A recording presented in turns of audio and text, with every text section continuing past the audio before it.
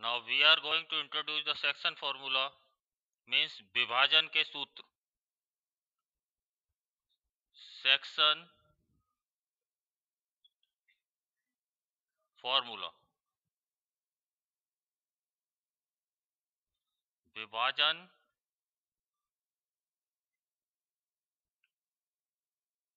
सूत्र. विभाजन या सेक्शन दो तरह से होते हैं. पहला होगा इंटरसेक्शन, इसको बोलते हैं अंतः विभाजन.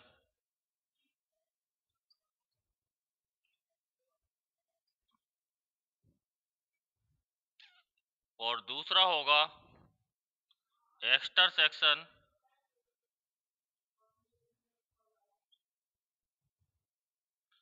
इसको बोलते हैं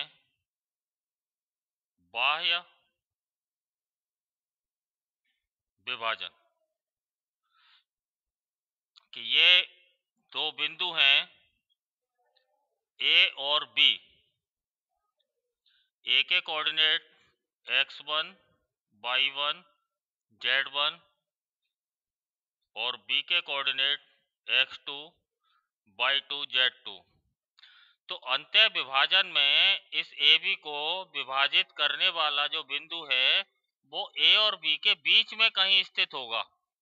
मान लीजिए ये बिंदु है P जिसके कोऑर्डिनेट हैं x, y, z और ये m रेशो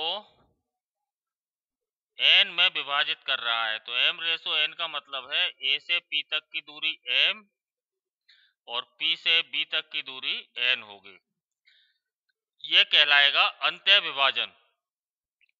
अब इसमें सबसे पहले p का x कोऑर्डिनेट निकालने के लिए x बराबर होगा mx2 यानी कि पहला रेशो और दूसरा कोऑर्डिनेट प्लस nx1 दूसरा रेशो और पहला coordinate upon m plus n.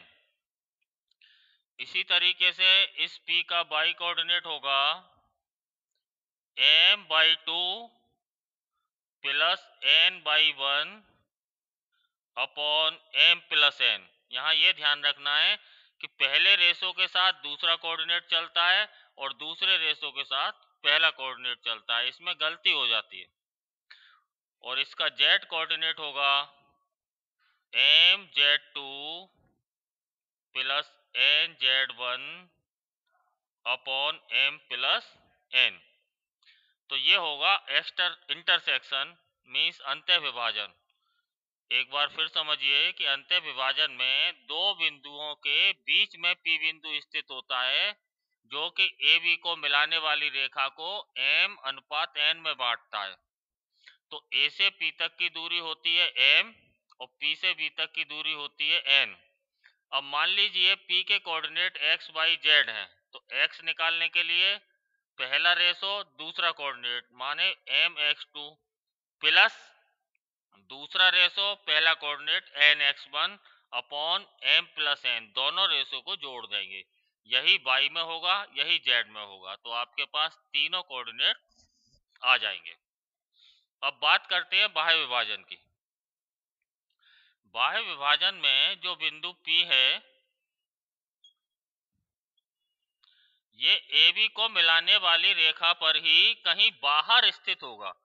बाह्य माने बाहर, इसीलिए इसका नाम है बाह्य विभाजन. P बिंदु लेकिन होगा ये AB को मिलाने वाली रेखा पर. ये यहाँ कहीं नहीं हो सकता. AB को आगे बढ़ाएंगे तो उसी लाइन पर ये स्थित होगा P बिंदु. तो इस कंडीशन में सिस्टम वही रहेगा कि मान लीजिए A के कोऑर्डिनेट x1, y1, z1 और B के कोऑर्डिनेट x2, y2, z2 और P के कोऑर्डिनेट यदि x, y, z हैं और रेशो है m रेशो n.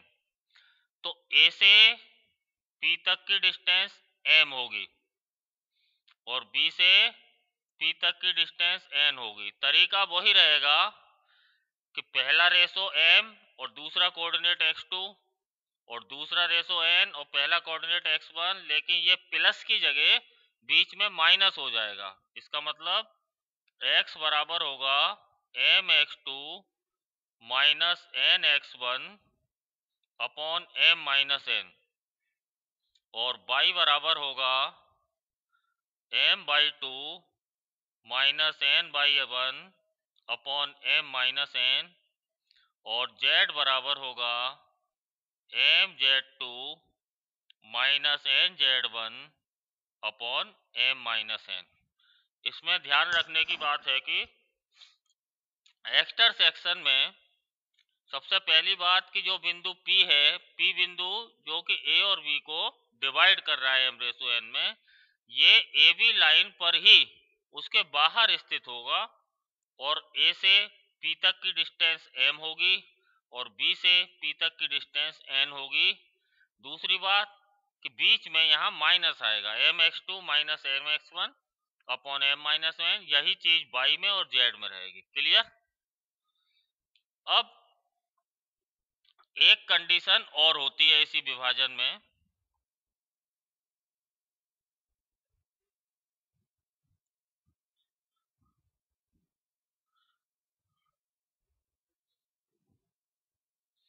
एक कंडीशन कि यदि m बराबर n है तो रेशो हो जाएगा 1:1, अर्थात जो बिंदु P है वो A और B से समान दूरी पर स्थित होगा कि AP बराबर BP, AP बराबर BP। उस कंडीशन में ये बिंदु P कहलाएगा मिड पॉइंट। मिड पॉइंट माने तो मध्य बिंदु। तो मध्य बिंदु के कोऑर्डिनेट क्या होंगे? मान लीजिए A के कोऑर्डिनेट x1 y1 z1 है और B के कोऑर्डिनेट x2 y2 z2 हैं और P के कोऑर्डिनेट x y z है। तो जब आप इंटरसेक्शन के फॉर्मूले में m बराबर 1 और n बराबर 1 रखोगे तो देखो क्या बनेगा, x1 प्लस x2 अपॉन 2 हो जाएगा। तो x बराबर होगा x1 प्लस x2 अपॉन 2, यानी कि दोनों x कोऑर्डिनेट का एवरेज। इसी तरह से y बराबर होगा y1 प्लस y2 अपॉन 2, दोनों y कोऑर्डिनेट का एवरेज। और z बराबर होगा z1 प्लस z2 अपॉन 2, अर्थात दोनों z कोऑर्डिनेट का एवरेज। इसी कड़ी में एक सूत्र और हमको ध्यान रखना है जिसको कहते हैं centroid of triangle. Centroid of A triangle means त्रिभुज का केंद्रक।